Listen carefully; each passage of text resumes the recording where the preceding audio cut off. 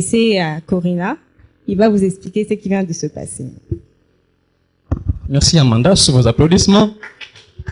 Alors voilà, nous venons de faire un exercice formidable. Cet exercice a un nom simple. C'est quoi l'exercice? C'est la reprogrammation mentale. Lorsqu'on a parlé de rouge, nous nous sommes tous mis à identifier le rouge. Rien que le rouge. Et qu'est-ce qui s'est passé? On a tout effacé, on a oublié toutes les couleurs pour ne voir rien que la couleur rouge. Une fois les yeux fermés, on avait que rouge en tête. On se disait, il y avait un frère qui avait un t-shirt rouge, les drapeaux étaient en rouge, les tapis étaient en rouge, il y a des frères en rouge. De l'autre côté, on trouve des rouges. Et une fois on a posé la question, combien des éléments bleus en tête?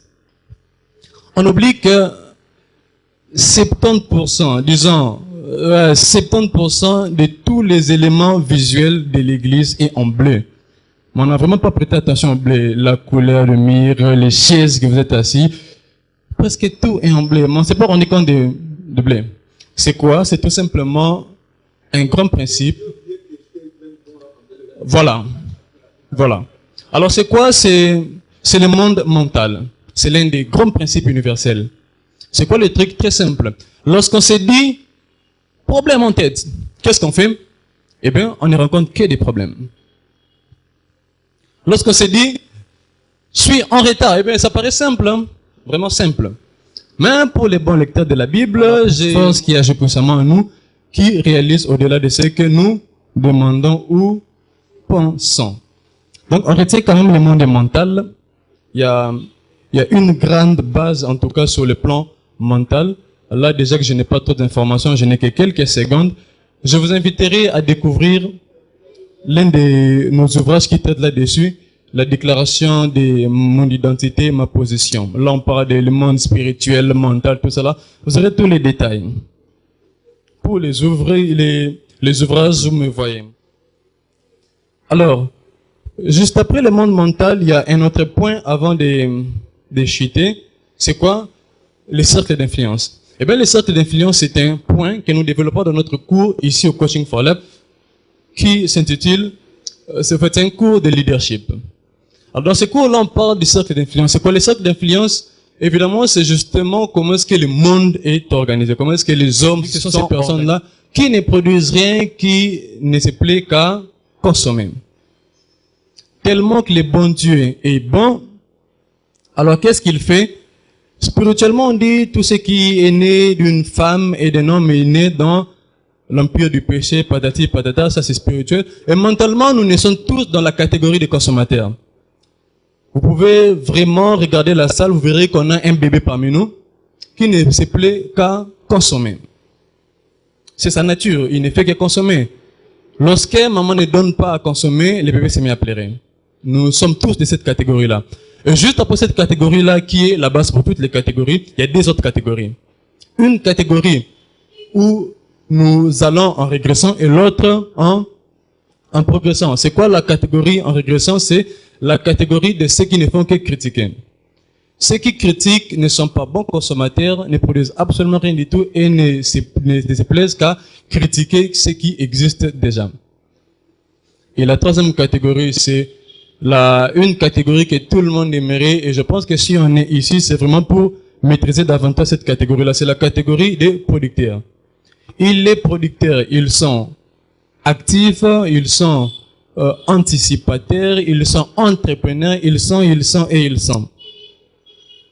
Alors déjà, pour en savoir plus sur cette troisième catégorie, on a toujours dans nos ouvrages comment bien gérer son capital de vie, déjà disponible. On a aussi gouverner et diriger à la lumière de la rédemption. Ce sont nos ouvrages qui sont déjà disponibles. Les prix et tout ça, là, vous me voyez à la fin. Notre regard sur nos images qui, depuis le début, est en train d'être projetées.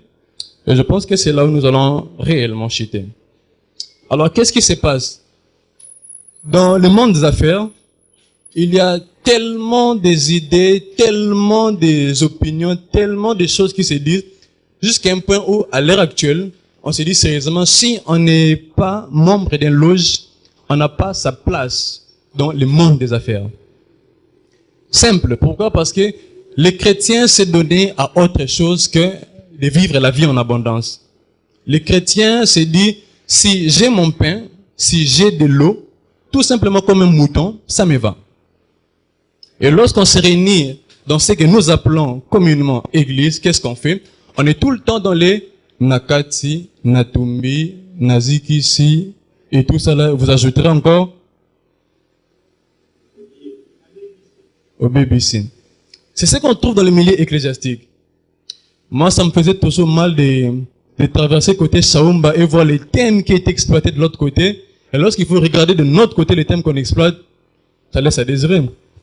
Qui m'a ensorcelé? Cette fois-ci ou jamais. Mon Mugabe doit partir. Alors, tellement trop de questions. La logique est simple, c'est que, est-ce que nous sommes fiers de notre position spirituelle? Est-ce que nous sommes fiers d'appartenir à une église?